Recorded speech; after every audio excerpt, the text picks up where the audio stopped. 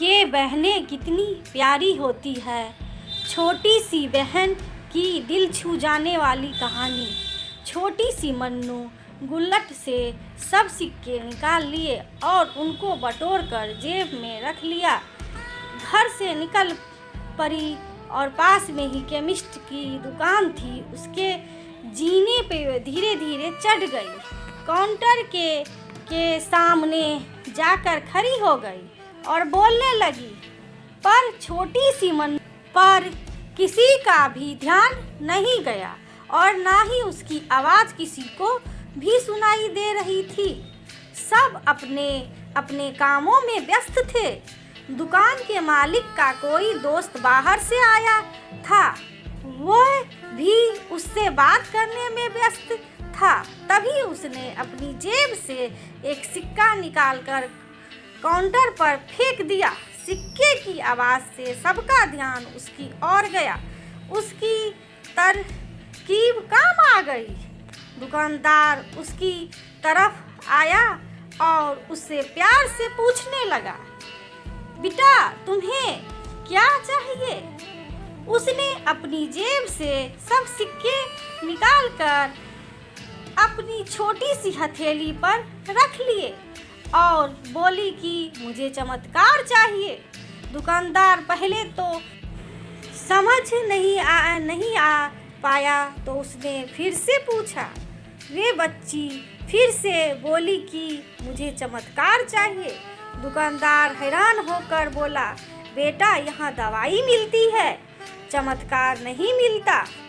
वे बच्ची बोली, अगर यहाँ दवाई मिलती है तो चमत्कार भी आपके यहाँ ही मिलनी चाहिए। दुकानदार बोला, बेटा लेकिन आपसे यह किसने कहा कि यहाँ चमत्कार मिलता है?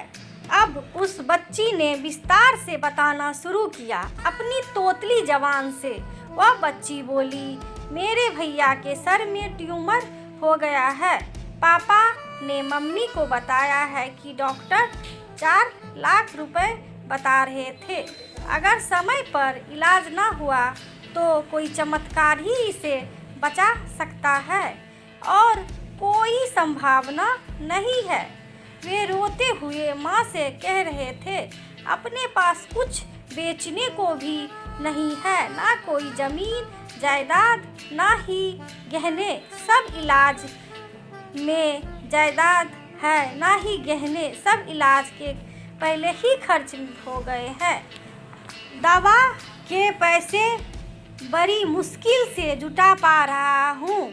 वे मालिक का दोस्त उसके पास आकर बैठ गया और प्यार से पूछने लगा, अच्छा कितने पैसे लाई हो तुम चमत्कार खरीदने को?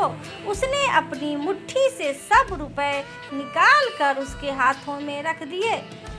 जब उसने वे रुपए गिने तो 21 रुपये 50 पैसे थे। वे व्यक्ति हंसने लगा और मन्नू से बोला, समझो तुमने चमत्कार खरीद लिया, चलो मुझे अपने भाई के पास ले चलो। वह व्यक्ति जो उस केमिस्ट का दोस्त था, अपनी छुट्टी बिताने भारत आया था। वो न्यूयॉर्क का एक प्रसिद्ध यूरोपियन सर्जन था। उसने उस बच्चे इलाज में 21 रुपये 50 पैसे में ही किया और बच्चा सही हो गया। आखिर ऊपर वाले ने मन्नू की चमत्कार बेच ही दिया। वे बच्ची बड़ी श्रद्धा से उसको खरीदने चली थी। वे उसको मिल गया। ईश्वर सबका पालनहार है, उनकी मदद ऐसे ही चमत्कार के रूप में ही मिलती रहती है। बस आवश्यकता है तो सिर्फ सच्ची श्रद्धा की। दोस्तों, ये कहानी आप सभी को कैसे लगी? कमेंट बॉक्स में अपनी राय ज़रूर बताइएगा और लाइक, सब्सक्राइब और शेयर करना दोस्तों मत भूलिएगा। थैंक यू दोस्तों, वीडियो देखने के लिए धन्यवाद।